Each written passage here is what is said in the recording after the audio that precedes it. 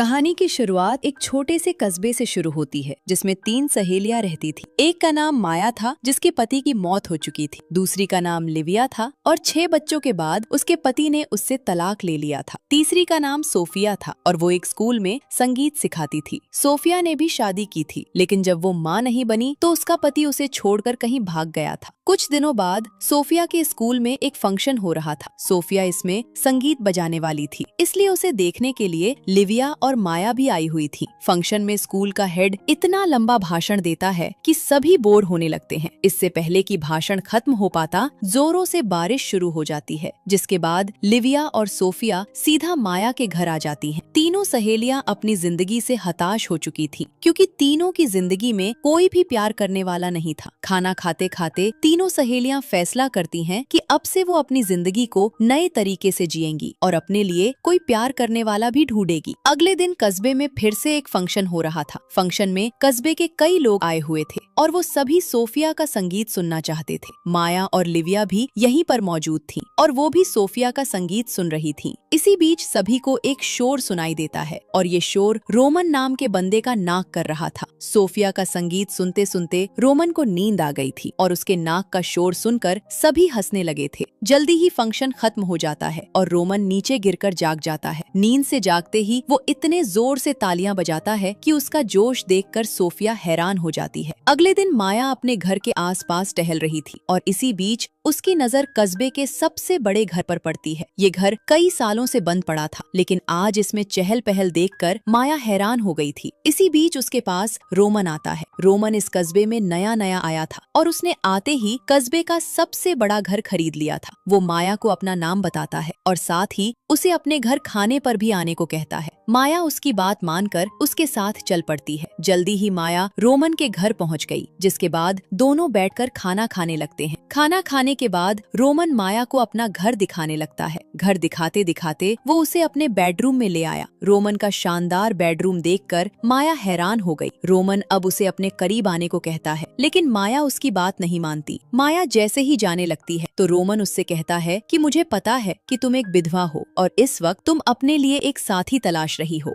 Roman की बात सुनकर माया रुक गई, जबकि रोमन उससे कहने लगा कि मैं तुम्हें वो खुशी दे सकता हूँ जिसकी तुम कल्पना भी नहीं कर सकती। इतना कहकर वो उसे दबोच लेता है, जिसके बाद दोनों एक दूसरे से प्यार करने लग जाते हैं। शाम को सोफिया अपने घर के काम कर रही थी और इसी बीच रोमन उसके घर पहुंच जाता है। सोफिया उसे अंदर बैठाकर चाय पिलाने लगती है और रोमन उसके संगीत की तारीफ करने लगता है। रोमन उससे कहता है कि तुम इससे भी बेहतर संगीत बजा सकती हो, लेकिन सोफिया उसकी बातों की तरफ ध्यान नहीं देती। रोमन के कई बार कहने पर सोफिया संगीत बजाने लगती है और रोमन भी उसका साथ देने लगता है। देखते ही देखते सोफिया इतना शानदार संगीत बजाने लगी कि वो खुद भी हैरान हो गई। ये सब कुछ रोमन के कारण हुआ था, इसलिए सोफिया खुश होकर उससे प्यार करने लगती है। अगले दिन माया और सोफिया कहीं जा रही थीं। दोनों ने एक दूसरे को बता दिया था कि उनकी जिंदगी में एक नया बंदा आया है और दोनों अब एक दूसरे को उसी बंदे से मिलवाना चाहती थीं। जल्दी ही दोनों रोमन के घर पहुंच जाती हैं और वहां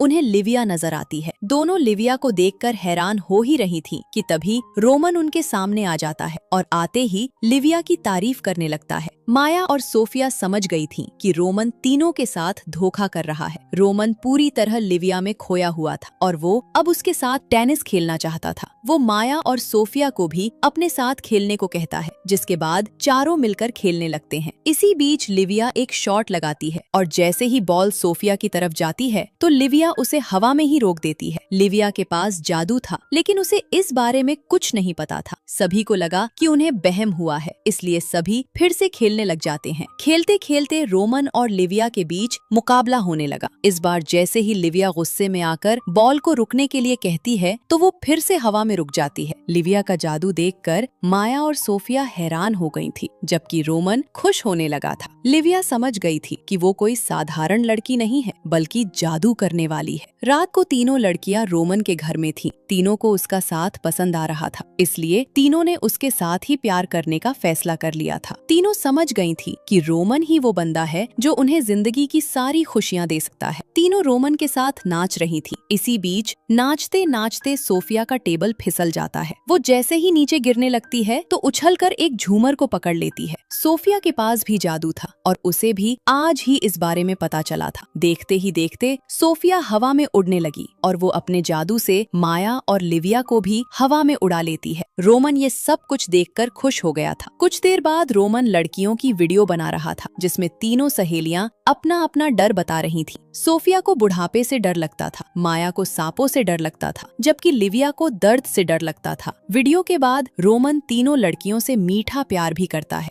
धीरे धीरे जैसे जैसे दिन बीतने लगे, तीनों लड़कियों की जिंदगी खुशियों से भरने लगी। तीनों दिन भर अपना काम करती और रात होते ही तीनों रोमन के घर पहुंच जाती, जिसके बाद रोमन प्यार कर तीनों की थकान उतार देता। अगले दिन कस्बे में एक धार्मिक लेडी का कत्ल हो जाता है। लिविया को पूरा यकीन था कि ये कत्ल रोमन ने किया होगा, क्योंकि रोमन धार्मिक लोगों के खिलाफ था। माया और सोफिया उसकी बातों पर यकीन नहीं करती। तीनों लड़कियां अभी बहस कर ही रही थी कि इसी बीच उनके नीचे की जमीन फट जाती है, जिसके बाद तीनों डरकर वहां से भाग जाती हैं। रात को रोमन के घर कोई भी लड़की नहीं आती। वो सबसे पहले माया को फोन करता है और उसे अपने पास आने को कहता है, लेकिन माया बीमारी का बहाना बनाकर मना कर देती है। माया के बाद वो सीधा लिविया के घर आता है। लिविया उसे दरवाजे पर ही रोककर उससे पूछती है कि तुमने धार्मिक लेडी को क्यों मारा। रोमन पहले तो उसे कोई जवाब नहीं देता, लेकिन फिर लिविया के बार बार पूछने पर वो बताता है कि वो हमारे लिए खतरनाक थी, इसलिए मैंने उसे मार दिया। रोमन की बात पूरी होते ही लिविया उसे दरवाजे से भगा देती है। लिविया के बाद रोमन सोफिया के घर आता है, लेकिन वो भी उसे कातिल कहकर भगा देती है। थोड़ी देर बाद रोमन अपने घर में था और तीनों लड़कियों के कारण वो बेहद गुस्से में था। गुस्से में आकर वो तीनों लड़कियों की वही वीडियो देखने लगा जिसमें तीनों अपना अपना डर बता रही थी। सोफिया को बुढ़ापे से डर लगता था, इसलिए रोमन अपने जादू से उसे बूढ़ी कर देता है, लेकिन सोफिया जल्दी ही अपने जादू से खुद को ठीक कर लेती है। माया को सांपों से डर लगता था, इसलिए रोमन उसके बिस्तर पर कई सांप छोड़ देता है, जिन्हें देखकर माया डर जाती है। लिविया को दर्द से डर लगता था, इसलिए रोमन अपने जादू से उसे इतना दर्द देता है कि दर्द के मारे वो बेहोश हो जाती है। रोमन का जादू इतना खतरनाक था कि वो अपने जादू से किसी की जान भी ले सकता था। रोमन के जादू से तीनों लड़कियां बेहद डर गई थी, इसलिए तीनों उसकी बात मानकर उसके पास आ जाती हैं। रोमन फिर से तीनों से मीठा प्यार करता है। तीनों लड़कियां रोमन से इतना डर गई थी कि अब वो उसके घर में ही रहने लगी थी। ऐसे ही एक दिन रोमन किसी काम से बाहर चला जाता है, जिसके बाद तीनों लड़कियां घर में अकेली पड़ गई थी। रोमन के जाते ही तीनों लड़कियां रोमन के कमरे की तलाशी लेने लगती हैं और जल्दी ही उनके हाथ एक जादुई किताब लग जाती है। सोफिया जल्दी जल्दी रोमन के कुछ बाल भी इकट्ठे करती है। माया और लिविया भी उसका पूरा साथ दे रही थी। जल्दी ही तीनों मिलकर मोम की एक गुड़िया बनाने लगती हैं। उधर रोमन बाजार में था, जबकि इधर लड़कियों ने गुड़िया तैयार कर ली थी। इसके बाद वो तीनों मिलकर जादुई किताब पढ़ती हैं। उधर रोमन जैसे ही एक कैफे में आता है तो लड़कियां गुड़िया में सुई चुबो देती हैं। देखते ही देखते रोमन दर्द से तड़प उठता है। लड़कियां अब गुड़िया पर रुई फेंकती हैं, जिसके बाद रोमन के मुंह से भी रुई निकलने लगती है। लड़कियां अब रुई पर फूंक मारती हैं और रोमन के आसपास एक तूफान सा चल पड़ता है। दरअसल तीनों लड़कियां पिछले जन्म में चुड़ैलें थीं। रोमन के कारण उन्हें अपना पिछला जन्म याद आ गया था और अब वो अपने जादू से उसे परेशान करने लगी थीं।